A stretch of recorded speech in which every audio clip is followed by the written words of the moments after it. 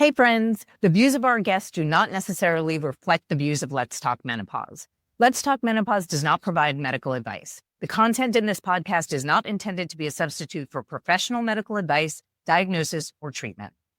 Always seek the advice of your physician or other qualified healthcare provider with any questions that you may have.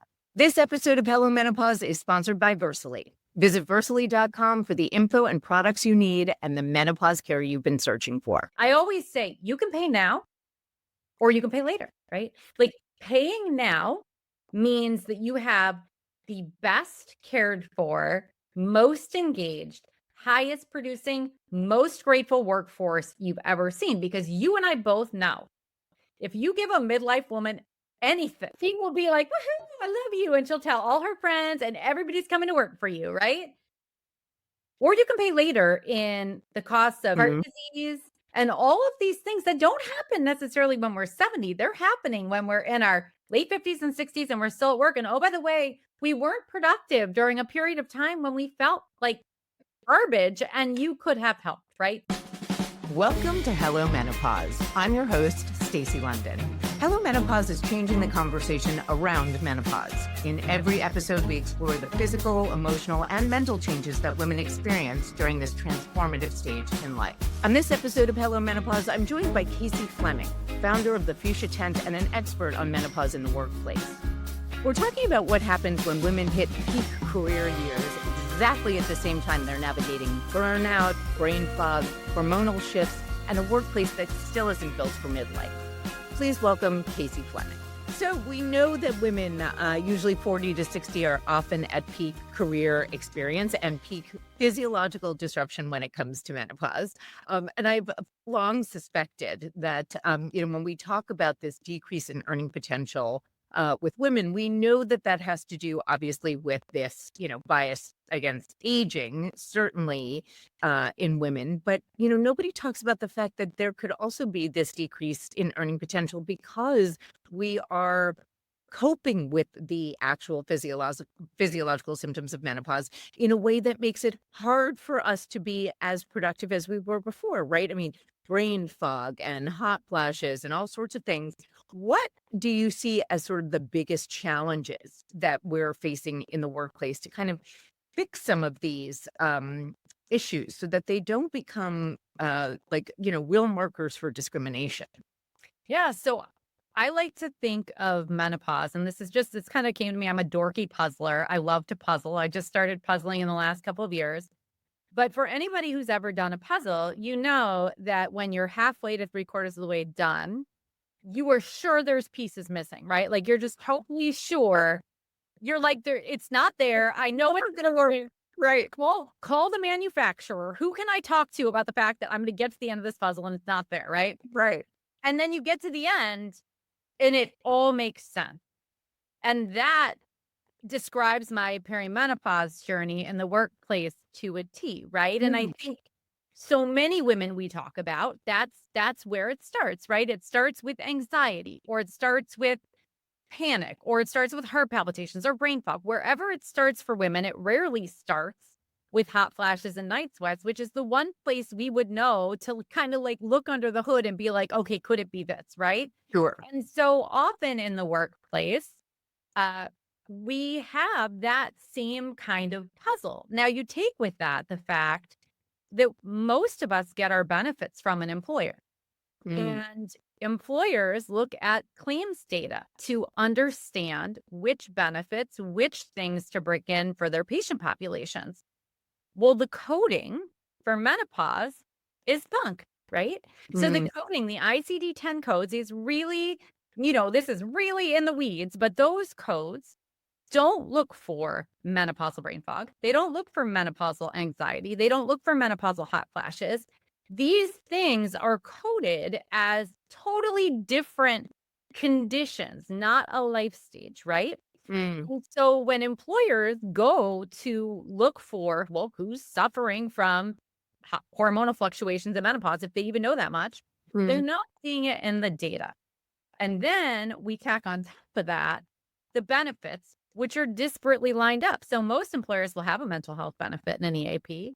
Most of them will have telehealth or OBGYN care and some reproductive endos. Many will even have musculoskeletal and some of the other things that happen in menopause. But this puzzle continues to persist like all the way through. And so, to employers, midlife women and our challenges are largely invisible. And Mm. so then this noise kind of comes into the setting, and it's like, well, where is all this coming from? And where are these women coming from? I'm not seeing it in my data.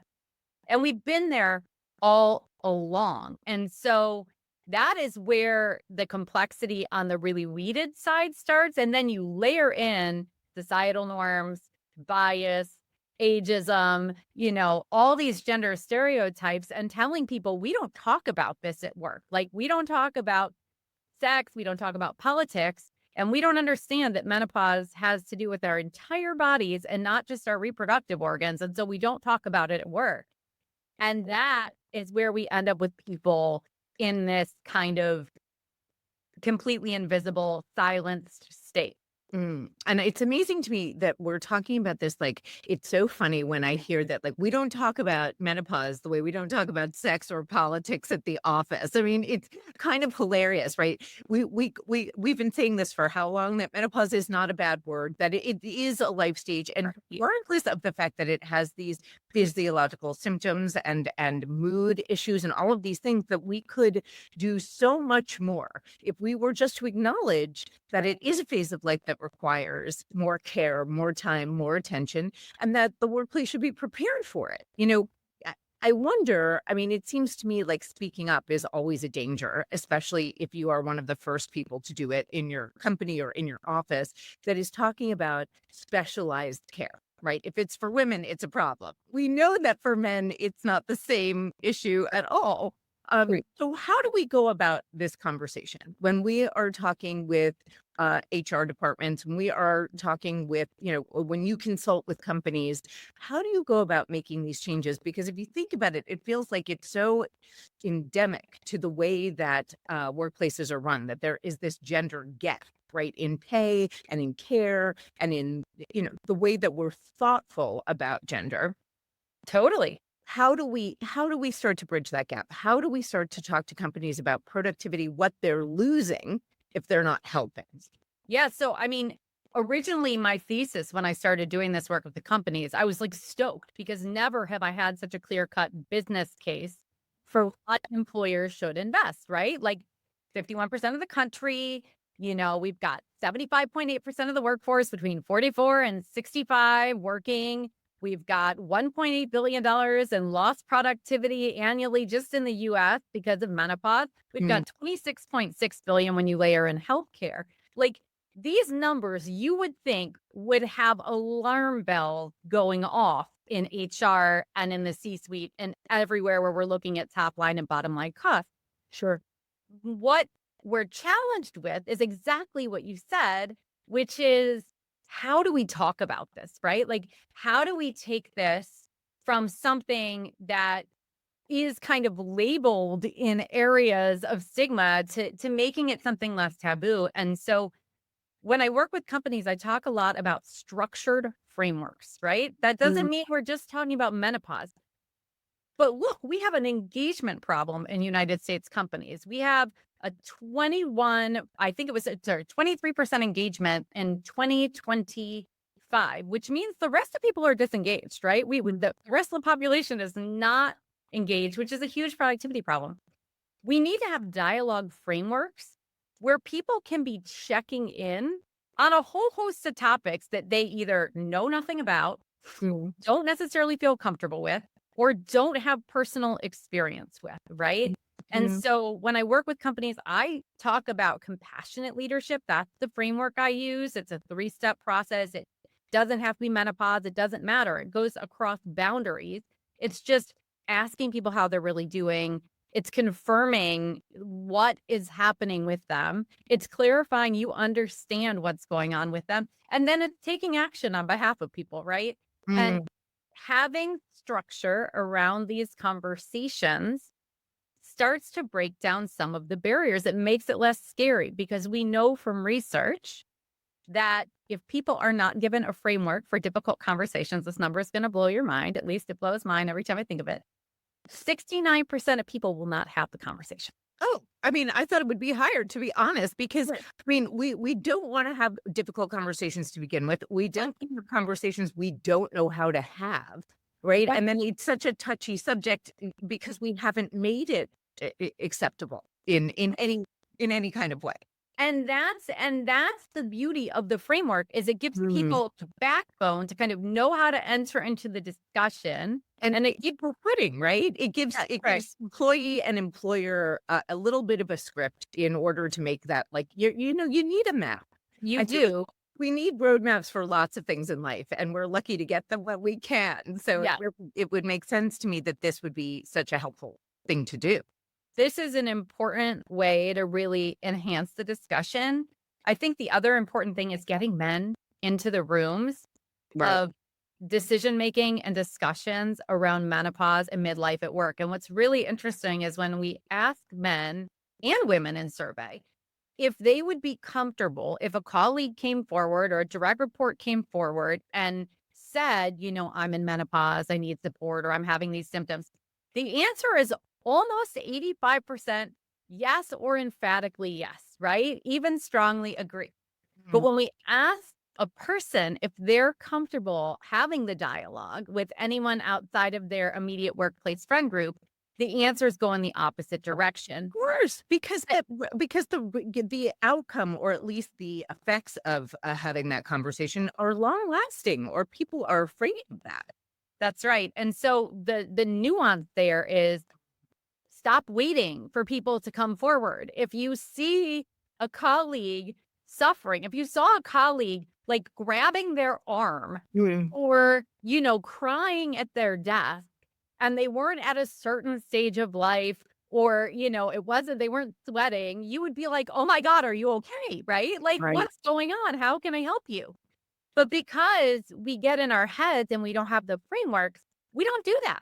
And then we've got people, we're like waiting for them. We're like, sure, we'd be great if you'd come forward. And it's like, no, dummy, just look at the person, be a human, and say like, hey, Stace, I've noticed in a couple meetings you haven't seemed like yourself. Is something happening? Like, what's going on? I mean, normalizing that it's okay to ask somebody if they're okay, right? And also to admit that you're not, are big things. And it is really interesting. I also see that there is like definitely a generational thing going on here. Like again, men and women, we're talking about different things, but I remember very distinctly when my father was ill before he passed away, he didn't want anybody to know, and he didn't want anybody to see him as if somehow being ill or having symptoms or any kind of sign of weakness was somehow to be avoided at all costs in a professional atmosphere. And it really made me so sad because I feel like women were sort of expected to always do the same thing, behave that way, right? We don't Yep. have emotions at work. Work is unemotional and, blah, blah, blah, no matter how dedicated you are. And that this idea of women being emotional would always be of disservice to us in the workplace, right? Unless you're in some sort of therapeutic environment, I guess, where, empathy and compassion are really the priorities. But I do wonder if bringing men into the conversation makes it even harder, right? Without feeling like men have an understanding in work or, in their own relationships with menopause close up, because we're still teaching women how to deal with it. And I'm wondering if you think that what we're living through right now as Gen X, where we are the people who are missing out on work because of menopausal symptoms, because we're just learning how to deal with them and becoming more aware. If you think that this is also going to be an issue as we come up against AI, we've been talking about like the issues with women in the workplace for a long time, making them more comfortable, whether it has to do with pregnancy or postpartum. We're starting to talk about menopause, but does this in fact, sort of bode even more, scarily, because now we're not just up against creating a human, more compassionate workplace. We're doing that in the shadow of AI that doesn't have any feelings at all. or doesn't have hot flashes and doesn't have. So are we starting, we're already lovely.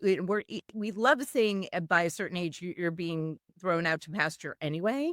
Do you feel like the connection between the workplace, aging out of work, saying that, menopause is not a reason to leave work, or we should be creating conditions that would make menopausal women more comfortable in the workplace?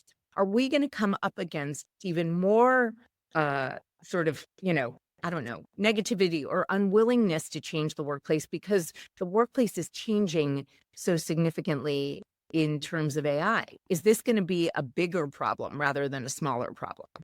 So it's a great question. It's also, I wish Sorry, it was very long-winded. I wish I had a crystal ball. I'm totally tracking it. I love it. I think this can go in a couple directions, right? My theory for a long time, studying work for a living has been that it's going to break into what we see as almost like sororities and fraternities. They're going to be companies that care more about employees, and they really are going to build their cultures around how they take care of employees and the environment they work in.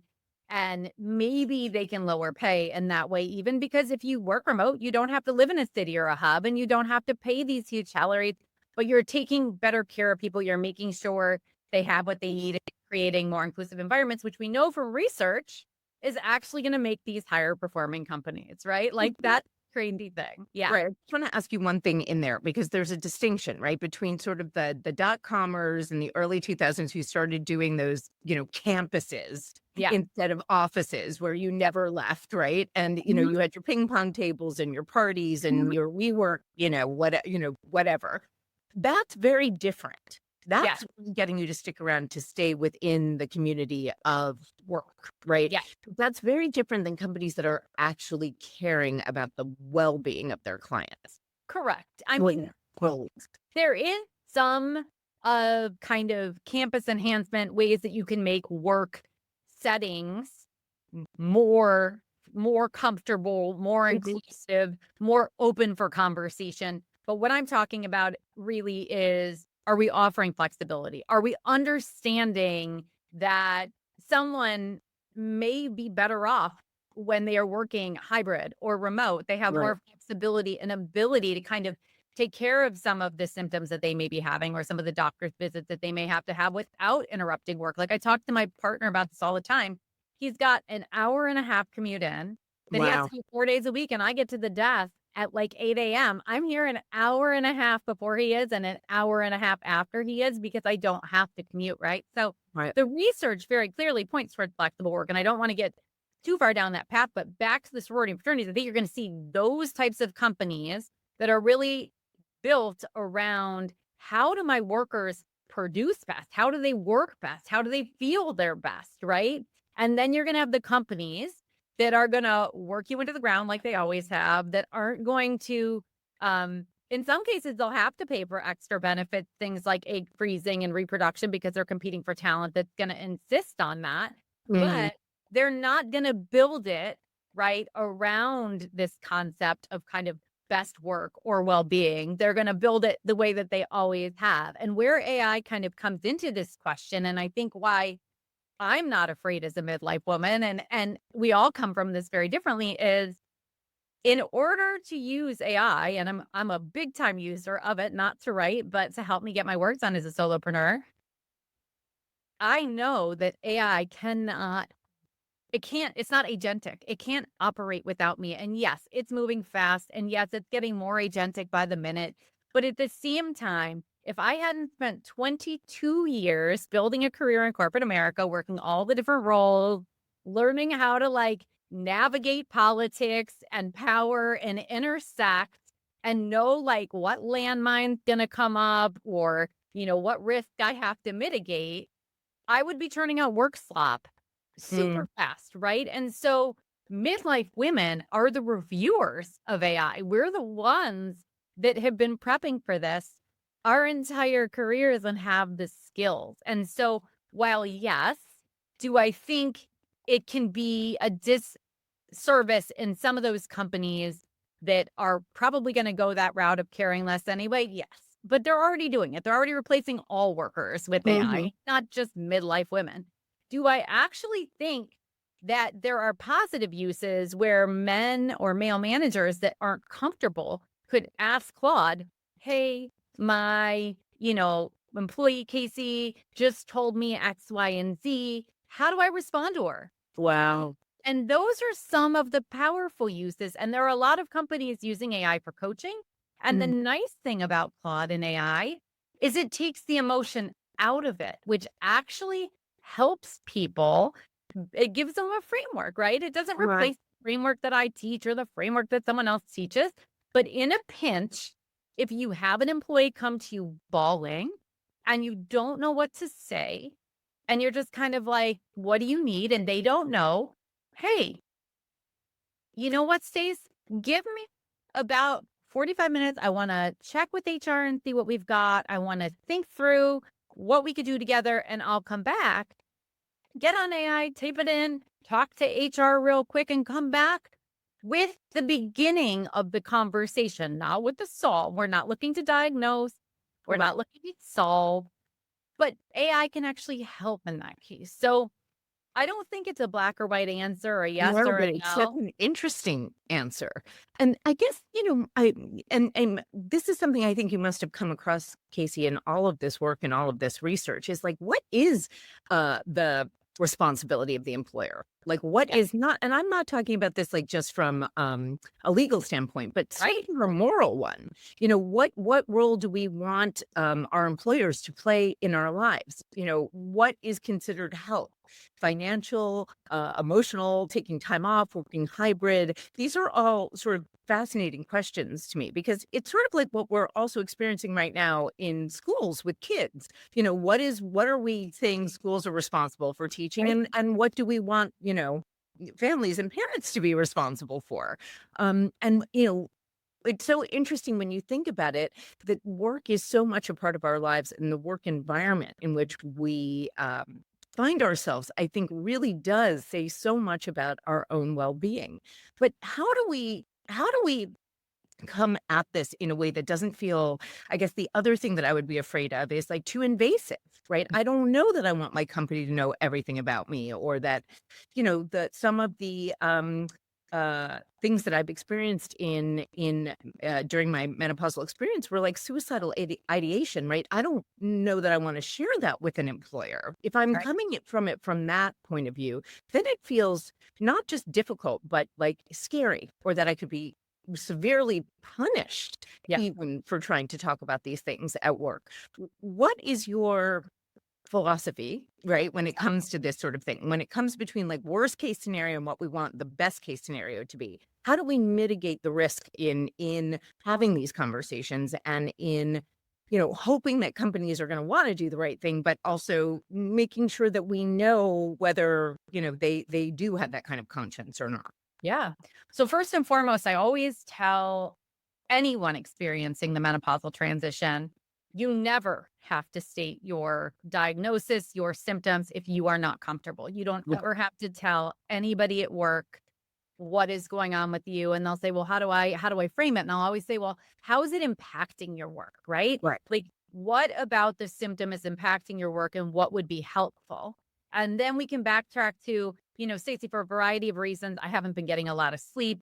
And I'm really struggling with the 7 a.m. delivery. Is it possible if we could back it? Right. Like, so we're tying it to the work. That's, If we're comfortable, we can name it. But if we're not, we don't have to. The bigger question you asked in that statement is kind of, what is the employer's responsibility? And I think we have to start with where employers are in this discussion. Part of it is the lack of education that doctors have had, which I know you know, and the lack of education that we all had on menopause. That is at the base of this, right, at the root cause. But then there's also the fact that employers hold the majority of our healthcare in this country, right? So most people get healthcare from their company, whether they work at Walmart and retail, or they work as a CEO somewhere else. They're getting their healthcare paid by their employer. So there are protections put in place around your data and your healthcare that your employer can never see. even if you're accessing it at work, they can see claims data, which is Right. anonymized and aggregated, but they can't see your data. If you're Got it. calling it EAP, it is anonymized. No one will know. And there's always people that still are concerned, but having worked on that data, I can tell you I could never see anybody's data ever. And I would have been one of the people that could if Mhm. that was the case, right? So that's kind of first and foremost. And the reason why the employer has a seat at this table, because they are responsible for cost containment. Healthcare is the highest line item usually, or one of the highest line items on their budget every year, costing in the millions and billions.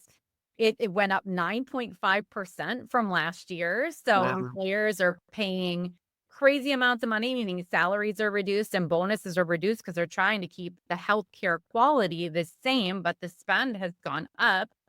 And when we look at that $26.6 billion cost, you and I know that comes from missed or underdiagnosed women who are going to 6 to 8 visits before they're getting any kind of Any kind of diagnosis care. Yeah. Mm. or care. They're missing work or they're suffering through work. So their work isn't the same quality it would be if they didn't have the symptoms and were getting a decent night's sleep or were having help for anxiety or whatever's going on. And so the employer has a huge fiscal part in ensuring that midlife women are cared for adequately and the right way, which is what we're studying right now with the Society for Women's Health Research, is what does this look like? Mm. And what are the data that these decision makers need to actually move the needle forward for employees all across the United States? That is the non-moral cost side. From a moral or a humanistic perspective, I love a paper called The Menopause Penalty by a brilliant economist named Dr. Gabriella Conti and a whole group of other economists who got together. And they looked at a shockwave event, which was there was a film in Sweden. The film in Sweden was about menopause. Women ran to their doctors to get diagnosed. And then we were able to study the cost. And what the data found was that women who went 4 years after they had been diagnosed earned 10% less if they were symptomatic than those not receive a diagnosis. Oh. So 10% less is the number, right? But it gets worse. If you were educated, you were less likely to experience the penalty. If you were less educated or in a Mm. lower socioeconomic bracket, you were more likely to experience the penalty and less likely to get education and support. And here's what's even crazier about the data. The women that were supported, and they looked at HRT as an intervention, but there's others. We know not everyone can take HRT. Uh, it eradicated the penalty. So we have a biological penalty being assessed on women that is systematic and structural, not biological at all, that is Mm. unavoidable and unnecessary, that can be mitigated with good support. And good support does not mean expensive training programs, big point solutions, things that we don't have. Mm. We have to get deliberate with what we do have. I call it the 3H framework, but it's what most employers have. It's Right. healthcare, making sure all of the benefits are organized around life stage care so that when I'm having hot flashes, I'm not like, where do I go? Where do I go? Where do I go? I'm like, oh, midlife care. Okay, got it. And it's midlife care. So it's not just women. So I don't feel weird accessing it because everybody's got midlife care. Yeah. If you're lucky. Healthcare, health, which is compassionate leadership training or some kind of framework that gets people having tougher discussions. Let's face it, no one's real good at having performance discussions either. And that is straight up work. So let's just get Exactly. better at these hard conversations. And then HRT and non-hormonal therapy act. That is making sure that what is on your formulary is covered and it's accessible. So Yes. we have two things. We have access to meds and affordability. If you are not making generic HRT the lowest possible copay, what a mistake. What And a mistake. it's pennies and it's shameful, and we should be looking at, and that is something that the government could actually look at. Right. And they are in the UK, but that you asked about employer, so I'll stick to employer. So that's a long answer, Stacey, but that's the why should employers do it fiscally and why should they do it morally? Mm. And what is the obligation and what happens? Right. I mean, I think, that's really my question, right? Because for all of this, you were talking about the fact that, like, let's say egg freezing is going to be part and parcel of insurance because of, talent is going to require, like, they're going to ask for it. So Right. I find it really interesting, this idea of midlife care, that we're just accessing that as part of healthcare is almost like saying, I'm going to insist on egg freezing if you want me for my talent. And if you're at a company and you want to retain me for my talent, you've got to consider the other things that I would need in order to stay.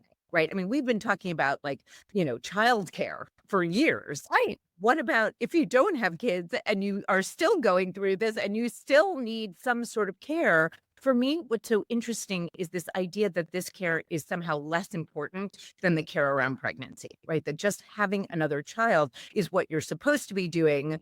And therefore, we'll give you care around that because that's, like, a woman's job. And I do think I continue to argument. I will die on this hill that if men could get pregnant, I feel like we'd have a lot more care really fast. Or a lot less children. I don't know, the one or the other, or we would just, all of healthcare would be taken care of. It's just, It's I true. feel like they just don't get it.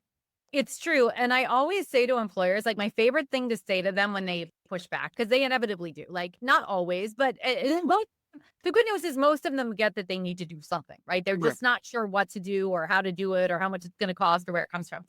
I always say you can pay now or you can pay later, right? Right. Like, paying now means that you have the best cared for, most engaged, highest producing, most grateful workforce you've ever seen. Because you and I both know if you give a midlife woman anything, Task. she will be like, I love you. And she'll tell all her friends and everybody's coming to work for you, right? Or you can pay later in the costs of diabetes, heart Mhm. disease, and all of these things that don't happen necessarily when we're 70. They're happening when we're in our late 50s and 60s and we're still at work. And oh, by the way, we weren't productive during a period of time when we felt like Could have been. garbage and you could have helped, right? So you Yeah. can pay now or you can pay later. I love that. Pay now, pay later. It's sort of like the pain of discipline or the pain of regret. And both hurt.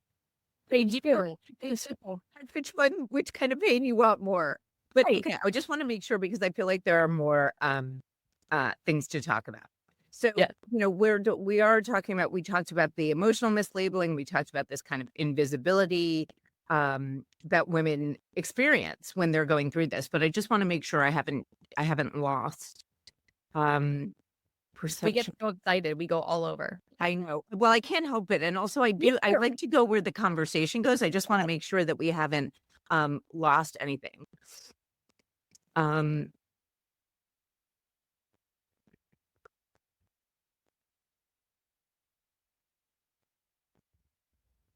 okay, I actually think this is really important.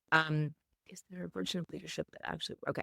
So this is interesting, right? This is about, we were talking about this idea of, like, power and perception and age and this intersection, I think, of menopause and age bias, right? And ageism. There can be, I think, a loss of perceived authority for women who are, at the managerial stage or above, where they have other people that are looking to them. And I do feel, I certainly know this for myself, that with my menopausal experience, I lost a lot of confidence. For somebody who is pretty confident, who, has accomplished enough in my life I look back with pride, I'm very happy. But, there is a deep loss of confidence I felt in menopause because it's such a transition. It's such a transformation. It's such a change. How do women who are both experiencing symptoms and negotiating, how to manage that in the workplace, how do you maintain a sense of confidence, or how do you give them a sense of confidence to keep going? Because I think that is, we don't have any framework around that. We tell women to go into therapy. That's like what we tell them to do, essentially. But what are your thoughts about that in terms of perceived power versus this kind of almost personal sense of loss of power when you're trying to hold your wits about you and do your job and manage other people while you're going through this? Yeah, I mean, you're asking about so many things that are deeply personal. When I went through my own perimenopause journey, and you and Mm, I've talked about this mm, briefly, but It was dysmorphic. It was literally like overnight, it felt like. And if Mm. you'd have told me this was going to happen, I'd have been like, yeah, right. Okay. But like almost what felt like overnight, I had total anhedonia or loss of joy. Like I Yeah. like nothing and no one anymore. Like it was gone. Um, I didn't know why I was here anymore. I was in my quote unquote dream job and I was miserable. Mm. And my partnership, which thankfully is back on track, was really suffering. I was it was relational, it was systemic, and it was, physical, this Yeah. transformation and confidence shaking. And I always talk in workplace, and this is one of the most popular things I talk about because it's so relatable. Losing your train of thought one time and making that cute little, oh, if it was important, it'll come back, right? And then 3 times in the same meeting, you start to be like, I look insane and I I've sound lost insane. and Yeah. I've lost the plot, right? Like this Right. is it. And I was on this exact pink couch in a different house, contemplating what the end of my life looked like and why I was still here. And that is why I think this conversation is so important. And the things that helped me and seem to help the most, I don't know that I have the rote answer because every person's different. But one is there's this point, at least for me, where I had enough information that I accepted and knew what was happening to me that it became a little bit less scary and I started being able to take care of myself, right? So And knowledge is power. So that's number one. Yes. there's an acceptance and kind of a naming of what is going through that kind of helps people to get to the other side. I Mm. think storytelling um, is such an important part of this. And so, I'll say trick things like talk is cheap because I'm trying to get companies to go beyond talking and actually take action. But I will always follow it up with, but it's where everything starts Mm. and it's how we know about things. It's how we have awareness. And so finding somebody who's been through it, like you are going through it, Mm. was one of the most helpful things for me. And that's not everybody's way. Community is not everybody's way, but is always, I can promise you, wherever you are working, a coworker that has been through this and that will entertain the conversation. And you pick the one where you feel safe.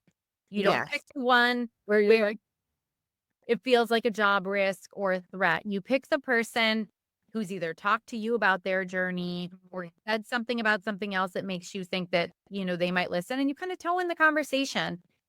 And well, I do think it's kind of interesting. The one thing, and I think about this quite a bit. You're familiar with Perry, yeah, the perimenopausal community that Laura Okafor created. And the reason that I think about that is because, to me, that makes sense, right? They have menopause mentors. They have these kind of Sherpas who are on the other side who can talk to you when you have questions. I think what I struggle with a little bit now is that community was the kind of key word or catchword for the menopause uh, vertical, right? That we were building this whole idea of the menopause vertical on community.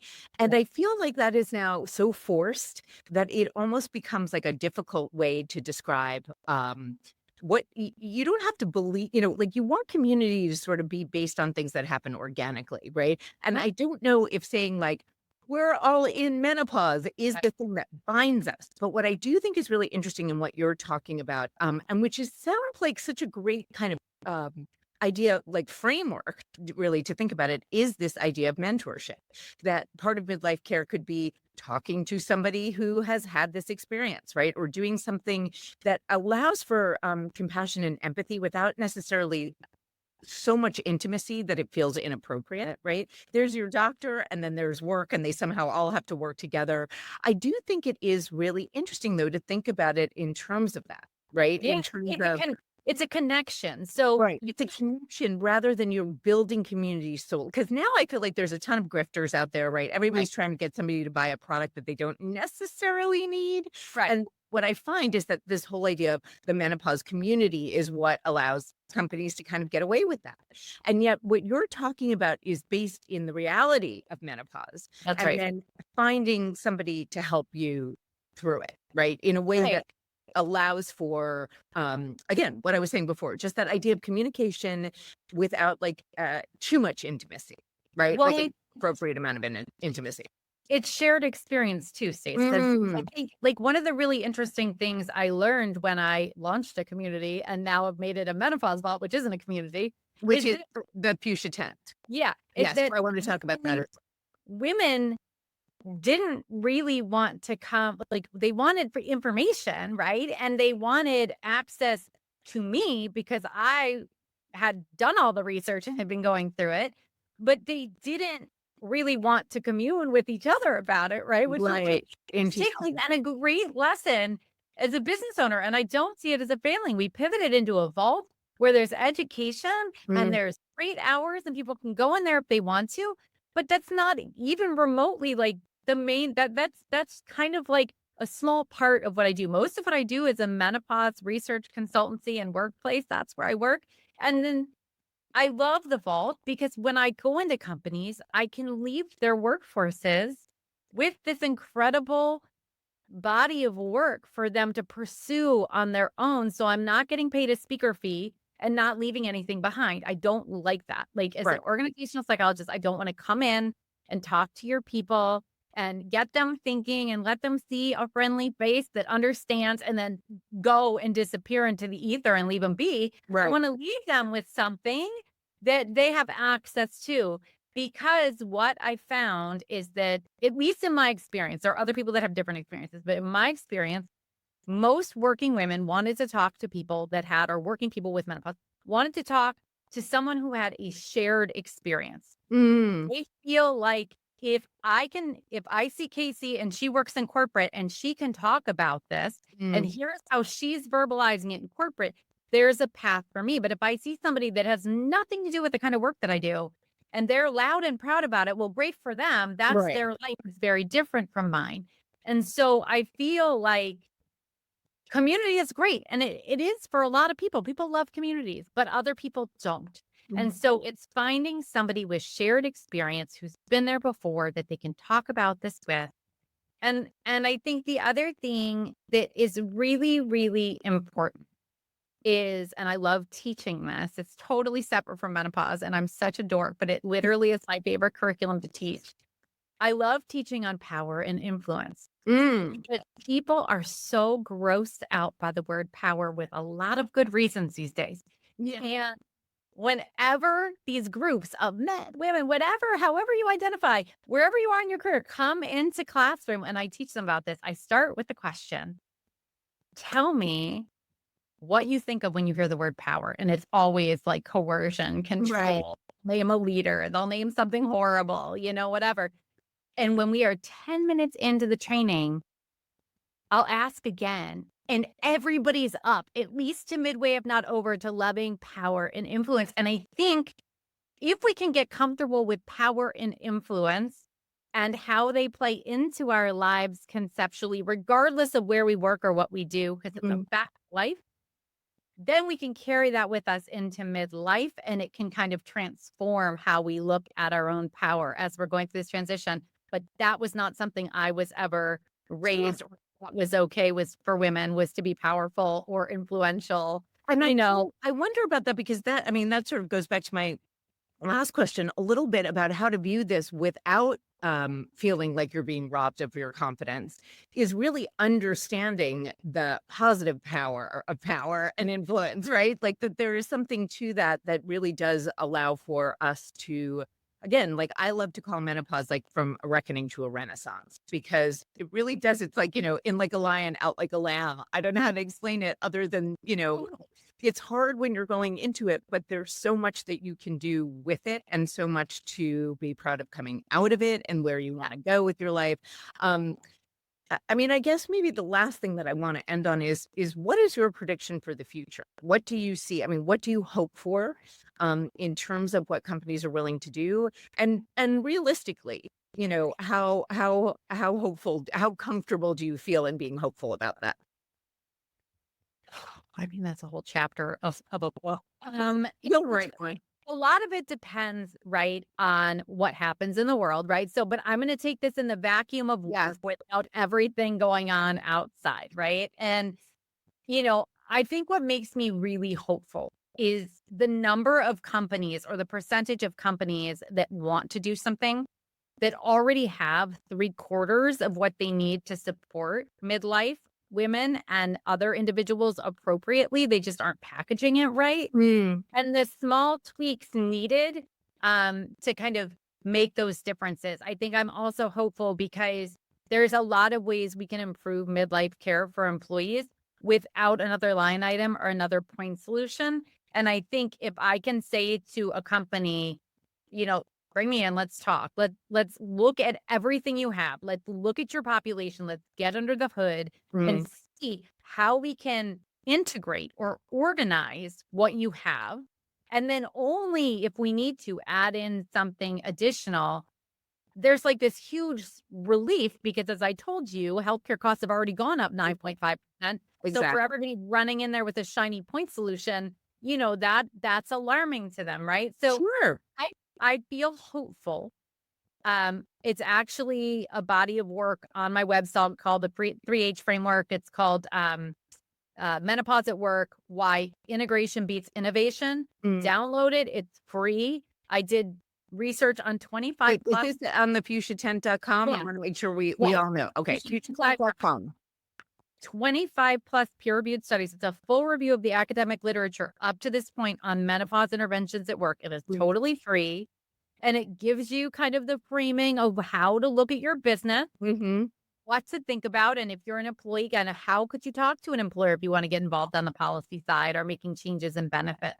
That just doing that research for that paper, just writing that paper, just seeing the conclusions, that is where I recognized that we had all of the pieces or most of the pieces already. We just hadn't put them together. And that is what gives me a lot of hope for the future. So I do think in most places, midlife care will become something like maternity care or mental health. We are going in that direction. We just have a long way to go. And it really has to be a discussion with everybody who works, who's over the age of 18 and not just midlife women or even just the menopause thing, right? I mean, because the case that you're making also to have this kind of midlife care for women and men, and non-binary folks, doesn't matter. Just this idea that we're not making that distinction, or even that midlife health would include hormonal care. It'd be like there are easier ways to kind of name this stuff and put it under an umbrella. I find that very exciting. I mean, I actually find that to be, and I hope like such worthwhile work. Like, have you found this to be as like meaningful as it is? Because it really does sound like you are in the process of revolutionizing something that actually won't take the amount of effort that everybody thinks it will, but sort of the kind of rethinking and reassessing that you're talking about could make us all a lot happier and save us all a lot of money. So like, why wouldn't we do it? And also why, I'm assuming that companies get really interested when they realize that your bottom line isn't about raising their costs, but about sort of using costs more efficiently based on population. Yeah, I mean, it's early days. The I keep calling it 3H framework white paper. It has another name, and you'll find it on the website. It just says 3H's. You'll find it. Right.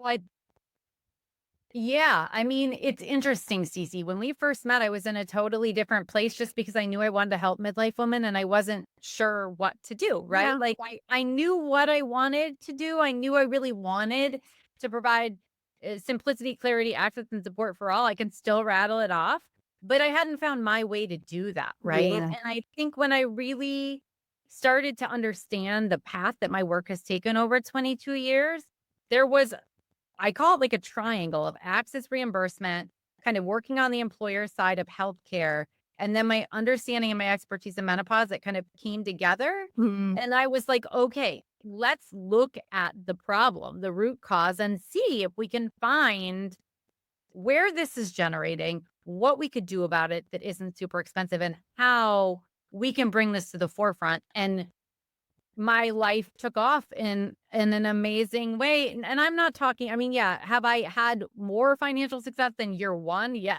But like,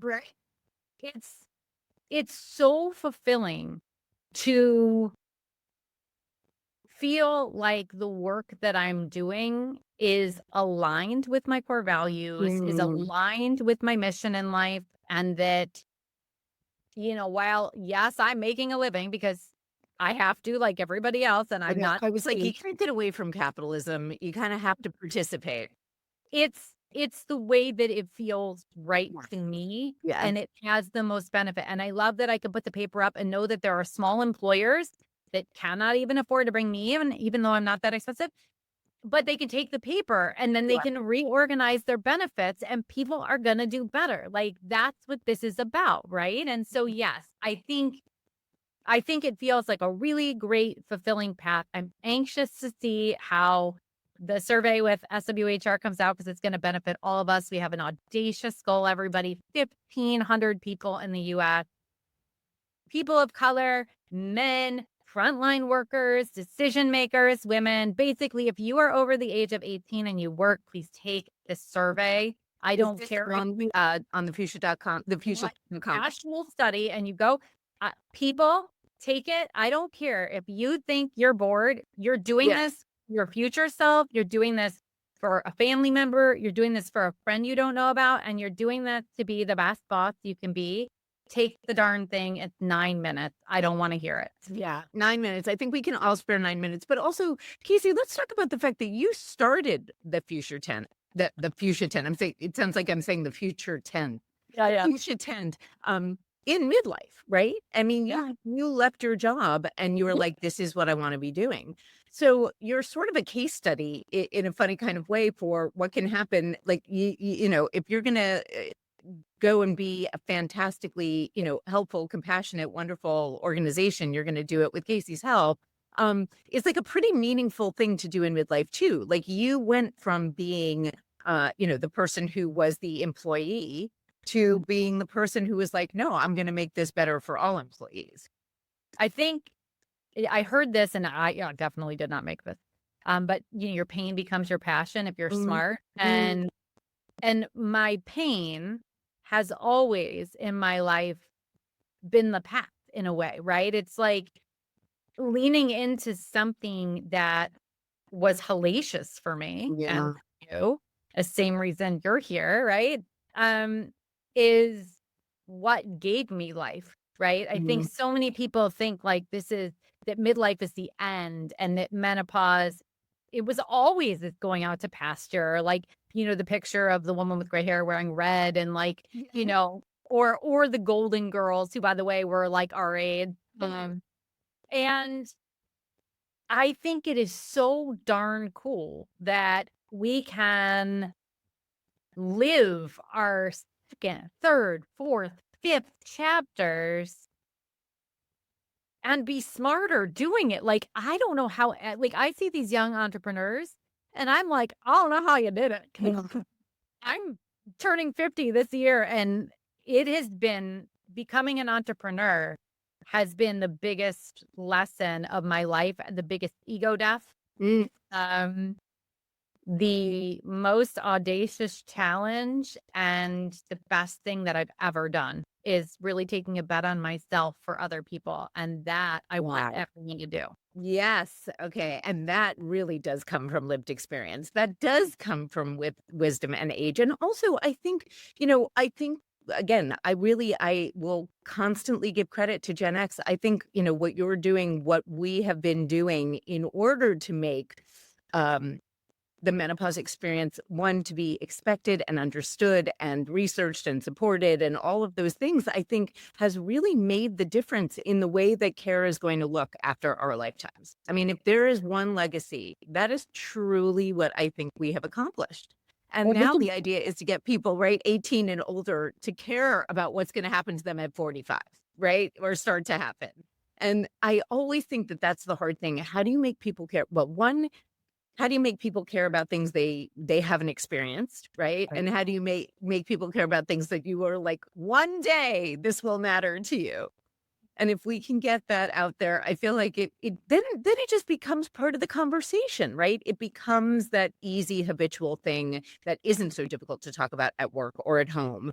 I mean, it's hard to democratize something that has been really, I mean, like we've really been gate kept in a way. So I think it is really interesting to see everything that's happening. And it must be so satisfying to work with companies where you're really seeing change take place. Now, if you are an employer, go to the future. That's the future. Hello, let me say it again. Now, if you're an employer, go to the fuchsiatent.com. And definitely look into hiring Kacy for your company to discuss all of these options with you. And if you are an employee and looking to get interested in sort of what happens in midlife healthcare, please go to the fuchsiatent.com and look at what you can do as an employee to kind of create a safe environment for this conversation, which is the entire point. Kacy, thank you so much for your time. Thank you for taking us through this. It was so helpful. Hello Menopause is a production from Let's Talk Menopause, produced in partnership with Studio Kairos. I'm your host, Stacey London. Let's Talk Menopause is a national nonprofit organization invested in changing the conversation around menopause so women get the information they need and the health care they deserve. Please visit letstalkmenopause.org. Hello Menopause is available on YouTube, Spotify, Apple, and everywhere you get your podcasts. This episode of Hello Menopause is sponsored by Versely. Visit Versely.com for the info and products you need and the menopause care you've been searching for. You can't reason with the sun. Trust us, we've tried. This summer, it's time to put that angry ball of fire on mute. Columbia's Omni-Shade technology is engineered to protect you from the sun's harsh rays that can burn and damage your skin. The sun is relentless, but so is our gear. Level up your summer at Columbia.com to spend more time outside and less time slathering on aloe lotion. You're welcome. Columbia, engineered for whatever.